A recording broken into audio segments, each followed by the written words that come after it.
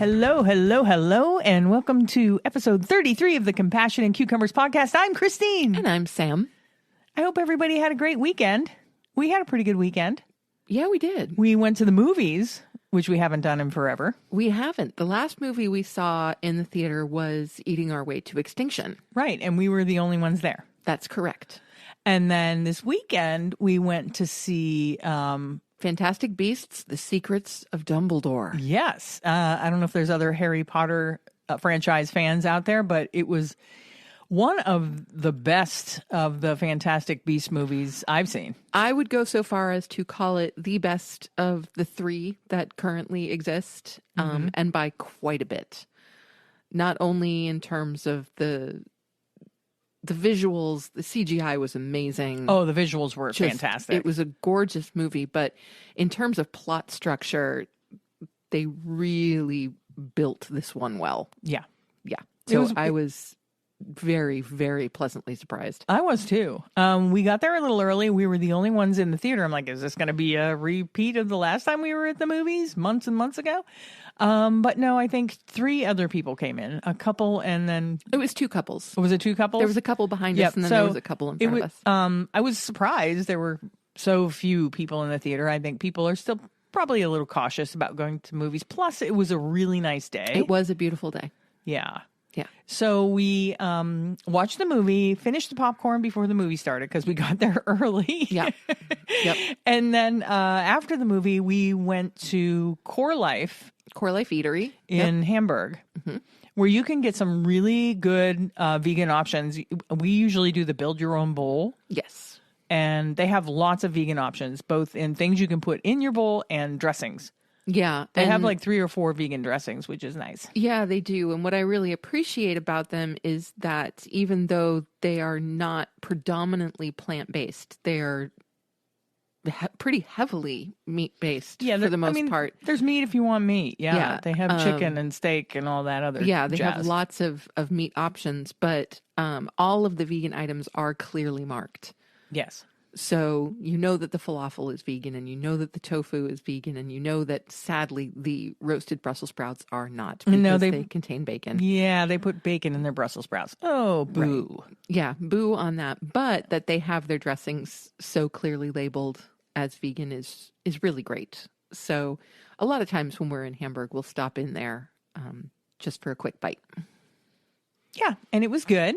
It was good. So that was our fun weekend outing. Yeah. I hope you all had a good weekend. I do too. All right. Well, let's jump into it. We're going to move on to our vegan cookbook challenge recipe of the week.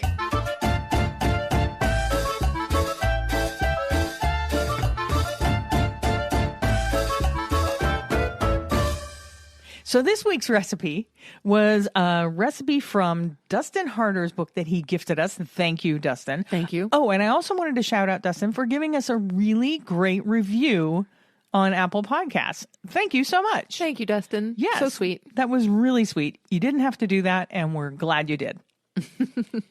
So this week's recipe came from Epic Vegan Quick and Easy. Simple 1-pot and 1-pan plant-based recipes. And this week, I decided to make us the pad thai burgers. Now, I have to ask, were these pad thai burgers, in fact, quick and easy? They were. They were pretty much on the quick side. Okay. I wouldn't say like quick, but definitely not like... And not an entire afternoon of cooking or anything. Not like the lasagna. So, yeah, definitely quick and simple. Yeah. Cool. Quick and easy. All right. So, yeah, it definitely stands up to the name. Very cool. And flavorful. What did you think of these? Oh, wow. These were beautiful. I have to say that before this evening, because I hadn't really gotten a chance to look through this cookbook with any kind of seriousness. I didn't do a serious perusal of this cookbook. So before this evening and before this lovely pad thai burger was handed to me by Christine, I had never thought of mixing pad thai, which I love, with a burger, which I also love on occasion. Yeah. It just didn't occur to me that those two things could go together. No, I think it's a fantastic flavor profile for a burger. Plus, you make like this little pad thai slaw. And so it gives you all kinds of like crunch and textural stuff. And then you put tomatoes and cucumber. And I forgot, and I was so mad because I had them right there on the counter. I forgot to add the bean sprouts. Ooh, mung bean sprouts would totally work on that. And they were right there. And after we finished, I'm like, oh my God, I forgot to put the mung bean sprouts on, which would have been an added textural element. Yep. That would have made it even better. So if you make this recipe, don't forget the bean sprouts, Right. like I did. Right.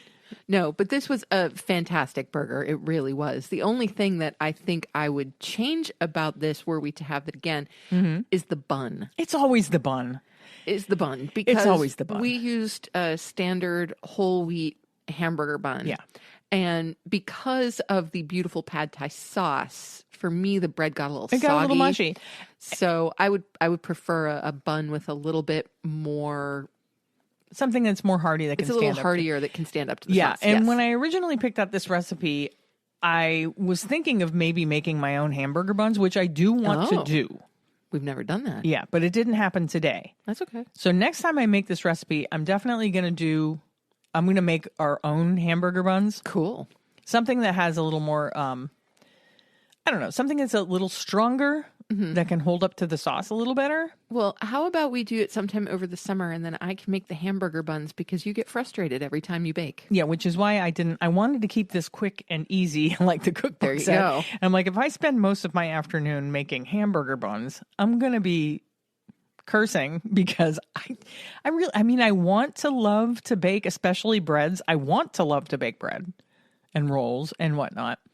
But it never turns out for me. I don't know why. And I think it's a patience thing. Yes.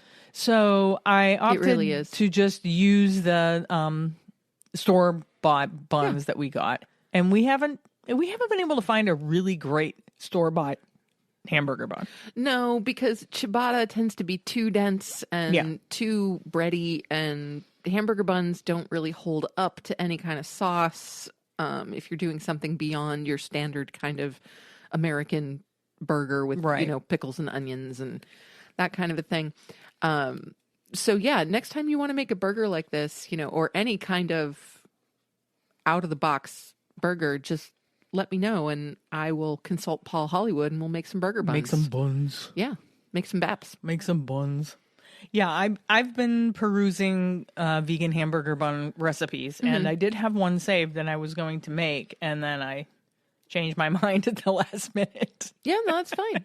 Hey, because I wanted to leave this quick and easy. Yeah. So well, finally, I'll be able to contribute to the cooking part of things. Yeah, that'd be great. I would love that. Yeah, so I would highly recommend this cookbook. Actually, I would recommend any of Dustin's cookbooks. They're all great. And the cool thing about a lot of his recipes is that he uses elements from other recipes in the same book. Right. And I always love it when somebody does that. So it's like, I'm making this, but, see this page for this recipe for the sauce or whatever. Right. So we actually have leftover pad thai sauce, which Christine says she will use to make me some noodles. Well, what I'm going to do is skip ahead in the book a little bit and make his Coco Loco pad thai. Nice. Which uses the same sauce. Love it. Yeah, and I think that's really cool. Yes. That I made enough sauce that I can actually make 2 recipes out of this book, making it even quicker and even easier. Check it out. So Nicely done. Thank you so much, Dustin, for gifting us this book. I'm going to have a lot of fun with this. Oh, absolutely. Yeah. Is that it for the recipe? I think that's it for the recipe. Do you have anything else to say about the recipe? No, just that Dustin got that one right. Yeah, he did. He really got that right. I will add one more thing to the recipe. We had it with something that I found at Aldi's. Ah, yes. These what they call, I think they call them veggie fries. I don't know what they call them. I don't remember the name. They're almost like a air quote chicken fry. And I did them in the air fryer. And they were pretty good. Yeah, they were. They don't, to me, really work as like a French fry. They're a little too heavy. Little, they feel like they could be a main course as opposed to a side. Like you wouldn't have a pile of these. Like you would have a pile of fries or sweet potato fries. But these would definitely work. I mean, we frequently will put a chicken nugget type substitute on salads. Yeah. And this would totally work for that. Yeah. It would Yeah. make it kind of like a Pittsburgh salad, but with like chicken fries. Yeah. Anyway, we found them at our Aldi's, and you probably should find them at an Aldi's near you. I wish I could. I'm gonna pause right here and actually go and see what they're called. Okay. Okay, I'm back. They're called Yummy is the brand. They're called meatless plant-based protein fries. Huh. Breaded meatless fries. There you go. And they're a product of Canada. Cool. Go Which Canada. I love it when things are a product of Canada, too. because Canada has higher standards than we do as Yes. far as what goes into food. So yeah, check out your Aldi's and see if you can find these, because these were pretty good. Yep. And you get quite a few of them in this box. It's like 1 pound box. It says on the box, tastes just like chicken. I don't know about that, but they were really good. They were really good. Yes, I enjoyed them. And a couple of other things to look out for at Aldi's these days. We just recently discovered Earth Grown Vegan has 2 flavors of fresh ravioli. Mm-hmm. And I picked up some of those. We haven't tried them yet, but there was a spinach and basil flavor, and there was a eggplant and roasted red pepper flavor. Both of them, of course, containing vegan cheese, which I was really excited about. So I'm looking forward to trying those perhaps sometime this week. And then also I want to put out a warning about something that we also found at Aldi's. And that is Buitoni's Impossible Ravioli. Right. I got so excited when I saw this in the refrigerated section at Aldi. As over the did I. weekend. So excited. We were like, ooh, look at this. Look at this. It's Impossible Ravioli.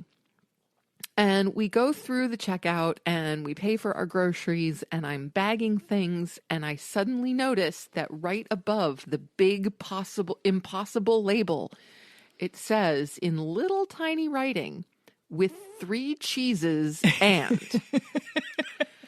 So this is what happens when neither Sam nor Christine read the label quite closely enough. We got so excited by the Impossible label. Yeah, we just threw them in the cart. Yeah. So do beware that if you see the Buitoni Impossible ravioli at your local Aldi or at any other grocery store, they do contain dairy. We will be donating our Buitoni raviolis to Christine's sister.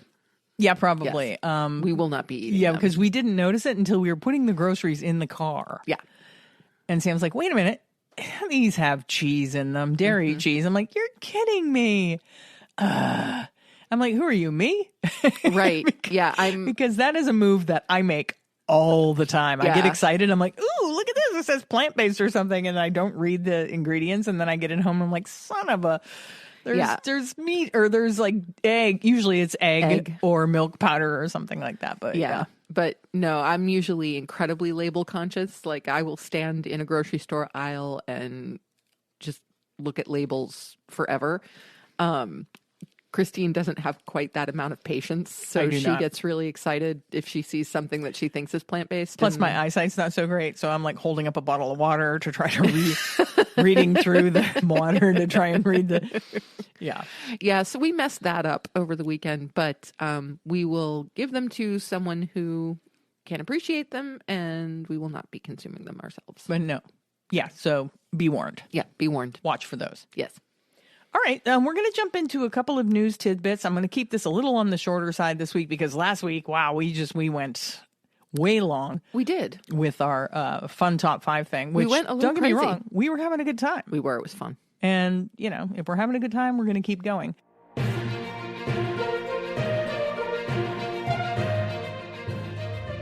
But this week, I just wanted to touch on a couple of news items that are out there. Wanted to kind of give an update on the company that was featured in the film Meet the Future. That's MEAT, The Future. There's an article in The Beat, that's B-E-E-T, The Beat. Gotta love that. So everything's spelled differently. That their company just raised a record $400 million. That is so awesome. Yeah, so they're definitely bumping up production. And you're probably going to see this product in your grocery store over the next couple of years. Oh, easily. I mean, I've seen some articles and seen some videos on YouTube that are predicting by the end of this year. Yeah.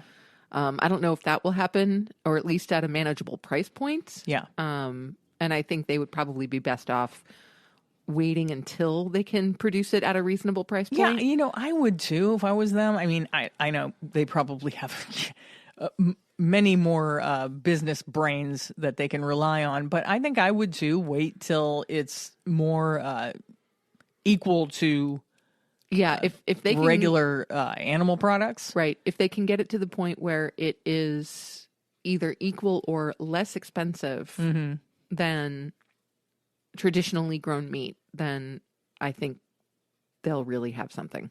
Yeah, I mean, this cultivated meat thing, it has to happen. Yeah, it's got some serious potential. Yeah, and Sam and I were talking about this, and we are not the target audience for this. No, not even We're close. not the targeted consumers for this, and I don't think any vegan actually is the targeted consumer. No.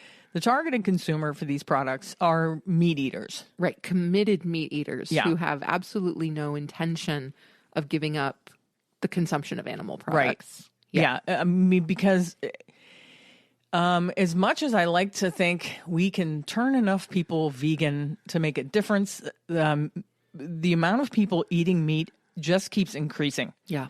Year after year after year. Mm-hmm. And the only way that we're going to stop the horrible consequences of animal agriculture on our planet, on the animals involved, is a product like this. Yeah. That is going to provide actual meat to meat eaters without all of the harm. Yeah. No, I completely agree. Yeah. This is definitely the future. Yeah. And I know I've said this before, I don't think this is going to make a dent in our veganism. I have no interest in actually consuming lab-grown meat myself. No, I don't either. But, I mean, I'm completely happy with being vegan and will remain vegan. Right. But the fact that this looks like it's going to be a viable option in the relatively near future is fantastic. I think it is too. And I think it's something that just has to happen. Yep. And on that note, we'll move on to an article in Blaze Media, which, take this with a grain of salt, was kind of based on something that was written in the New York Post. And if you are familiar with the New York Post, it's one step up from the National Enquirer. Yeah, it's one step up from a rag. They do some reporting, but they always give it a clickbaity twist. For sure. And so this article was kind of based on an article out of the New York Post from Blaze Media. And the title of the article, the headline of the article is "Veganism Wanes in Significance as Americans Are Eating More Meat Than 5 Years Ago." Well, that's a fact. Americans are eating more meat than 5 years ago. Well, I mean, that's the world. The globe is eating more meat than it was 5 years ago. Right. Yes, that's true. But I don't believe that means that veganism is waning in significance. Quite the opposite, because veganism is also growing as a movement. And there are more and more people committed to veganism on almost a daily basis, which is wonderful. It's just that those who eat meat, it's not that there are necessarily more meat eaters in the world. It's that the meat eaters are eating more meat. It seems like at least the Western diet, people are including meat in every meal of the week, and we all know that meat used to be a luxury. It used to be a luxury item, and now because of factory farming and mass production, they were able to get these products to a price point where people think that they need to have them every day. Right. Need to have that protein veg, and that protein for the vast majority of the Western world includes an animal-based protein. Yes. And that just seems to grow. It seems to be growing and growing. And well, all right. Here's where it gets New York Posty. That's a formal adjective, New York Posty? I think that's a thing. The New York Post suggested that veganism is a fad that might be on the way out. The Post said that New York City's exclusive dining scene... I'm sorry. I have to click the read more. The New York Post suggests that veganism is a fad that might be on the way out. The Post said that New York City's exclusive dining scene has even pulled the plug on restaurant projects featuring meatless menus. The Post said the owners of the new skyscrapers at 425 Park Avenue pulled the plug on a planned new restaurant there by EMP chef owner Daniel Hum because he insisted on an all-vegan menu. Okay. Hum also got the boot from the Claridge's Hotel in London over the same issue. Well, that's a shame. And I don't see that as any kind of indication that, one, veganism is a fad. No. First of all, it is not a fad, and it is not a fad diet, which the article also refers to veganism as. We've said this many times. Veganism is an ethical standpoint. It is not a diet. It's not. And so I'm sorry, but nobody gets to tell me that my ethics are a fad. No. No. But this is just kind of like a rage-inducing article because it goes on to say, the Post, might I add, goes on to suggest that figures in popular culture continually insisting that a meatless diet is the future is an example of them being, and this is in quotes, hilariously out of touch with the masses. Okay. And I think that's interesting because that, again, is one side of the coin painting the other side of the coin. Right. There's a bit of a right-wing spin there for sure because... Yeah, there are. And I'm not sure if this article was funded by steakhouses in New York City or what. It seems to be. Right. But no, I mean, I don't think the fact that... I'm sorry, can you give me the chef's name again? Yeah, that chef's name is Daniel Hum. Daniel. Humm. Yes, I knew the hum. I couldn't remember the first part. So the fact that Daniel Hum has been ousted from Claridge's and has gotten the plug pulled on his most recent proposed project in New York, I don't see that as being an indication that veganism is waning. To me, that feels like backlash. Yeah. That feels like Claridge's and the folks in the new skyscrapers in New York are incredibly short-sighted. Yeah, I mean, I think there could be a number of reasons why why those projects were, why the kibosh was put to those projects. Sure.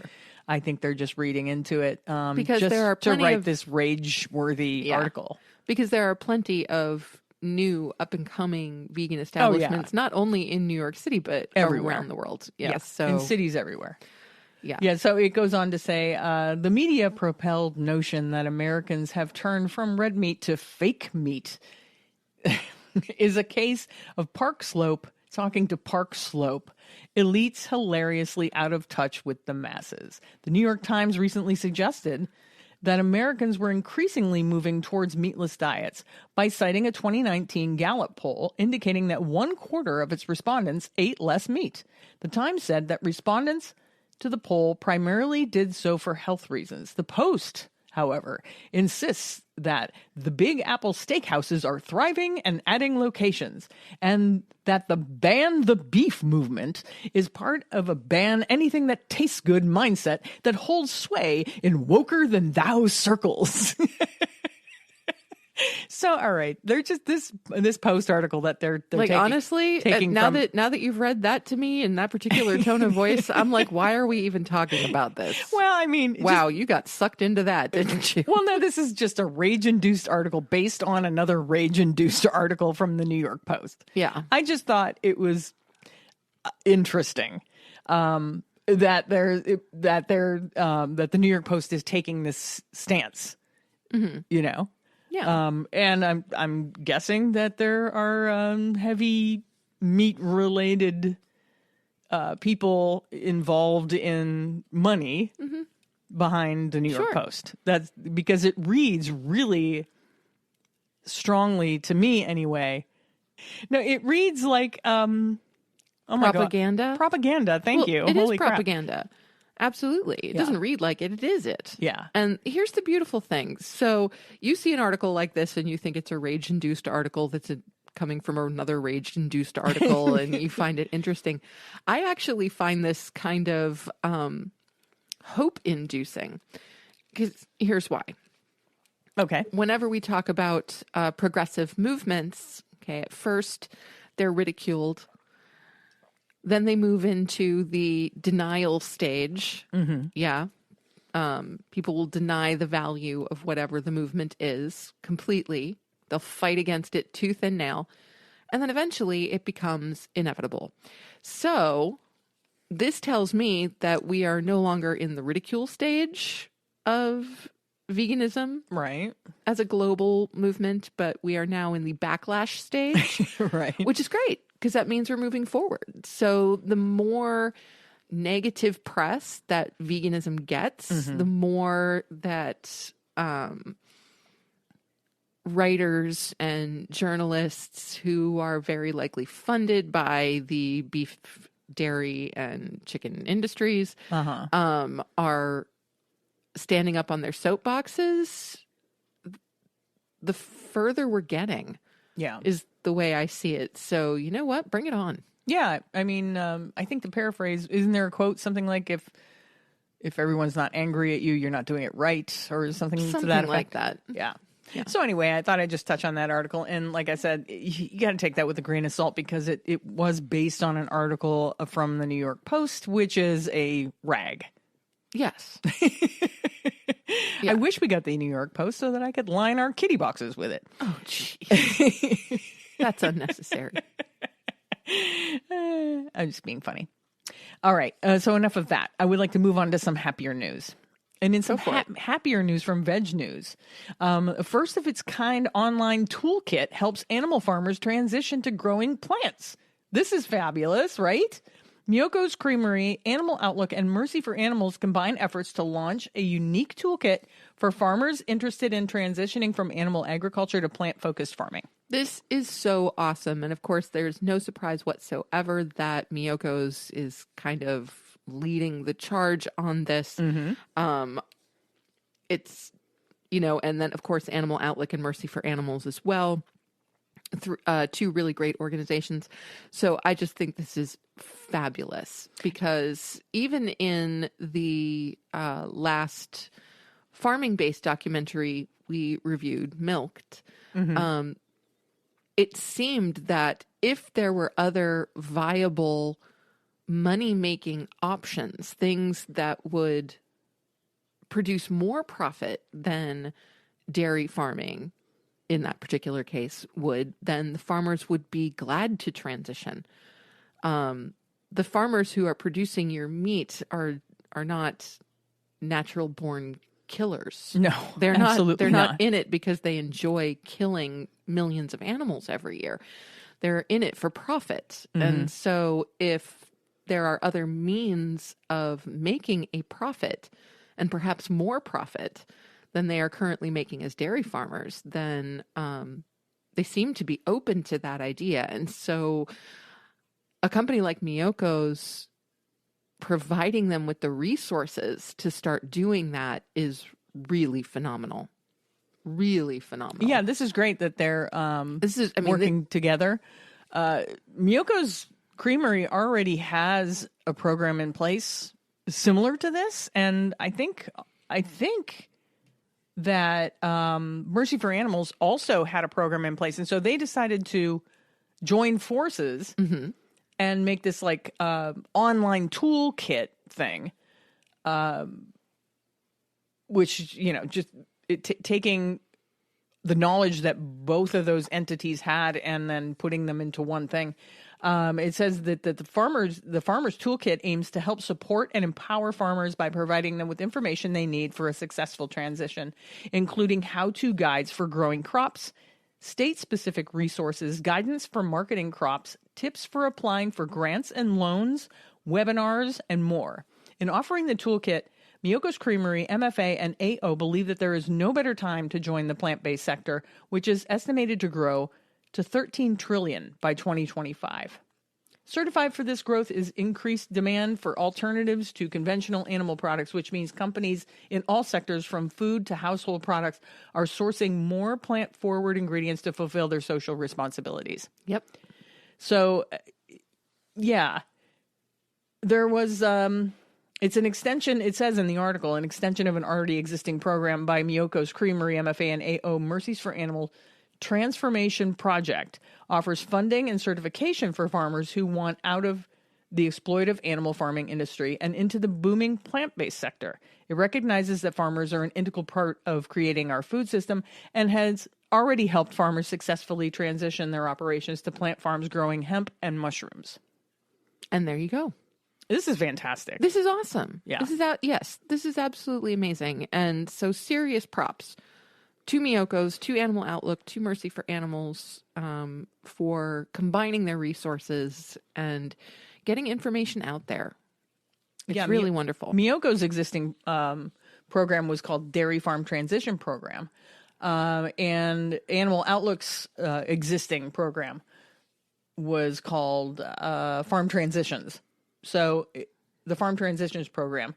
So it's just great that they're all combining all that knowledge that they have into one thing where, like it says, I think the most important thing is where farmers can learn how to get grants and whatnot to make that transition. Yeah, absolutely. Really cool thing. Very cool. If you know a farmer, an animal farmer, I would strongly recommend that you ask them to reach out to this program and see if it would work for them. If a transition would work for them. Yeah, it's called the Farmer Toolkit. So yeah, if you know any dairy farmers or animal agriculture farmers, I would gently nudge them in this direction if you could. So I thought we would end on a little happier news. Yeah, that's truly awesome. Yeah. So like I said, I wanted to keep this a little shorter because we kind of talked your ear off last week with our high five, our top 5, which was fun. It was. And I hope you all played along at home. And if you have any category recommendations, please do DM me or email us at compassionatecucumbers@gmail.com. Any of those recommendations. Yes, because Christine has decided that the top 5 is now going to be a monthly feature. Yeah, it's going to be a monthly segment because it's just fun. It is fun. Yeah. Yeah. I love lists. Yeah, so I would like everyone's input on that. So email me or, like I said, DM me anything, any top 5 categories that you think would be fun to work on. Yeah. And we will add them to the list. We will work on them. Yeah. So I'm just going to do our housekeeping. Go for it. Keep the house. Yeah. Well, I already told you. Email us at compassionandcucumbers@gmail.com. I would like to ask if you listen to the podcast on a platform that allows you to give us reviews or ratings. Please rate us and review us. I would love to see some 5-star reviews. That would be great. Well, yeah. Who doesn't want a 5-star review? No. Anyway. No pressure, people. No pressure. Leave us a review. We'll definitely shout you out here on the podcast. We're still holding our fundraiser for Mockingbird Farms Animal Sanctuary at our Buy Me a Coffee site. That's buymeacoffee.com/cucumbers. They just took in a little pygmy goat. Oh, and I love pygmy goats. The poor little thing is struggling. So they're looking at some more vet bills. Yeah. That's what happens when you can't say no. Yep. Which, you know. We are so glad that they can't. Yeah. We're all blessed that Janelle can't say no to anything. Yep. So they are taking care of that little baby and it's struggling. So they need some help in the vet bill area. realm. Yeah. Yeah.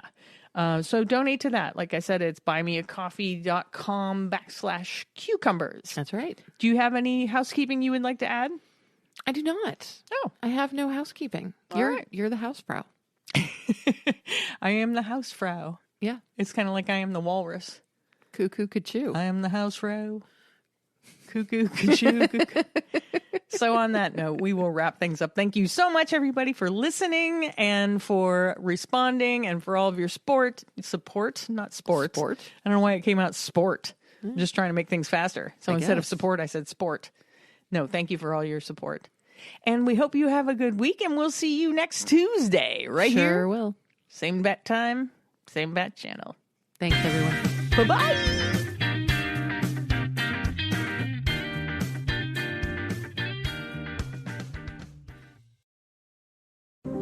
If you'd like to support the Compassion in Cucumbers podcast, you can go to buymeacoffee.com/cucumbers and buy us a cup of coffee. Thanks so much for listening and for supporting us in what we're doing. We're really having a good time with it.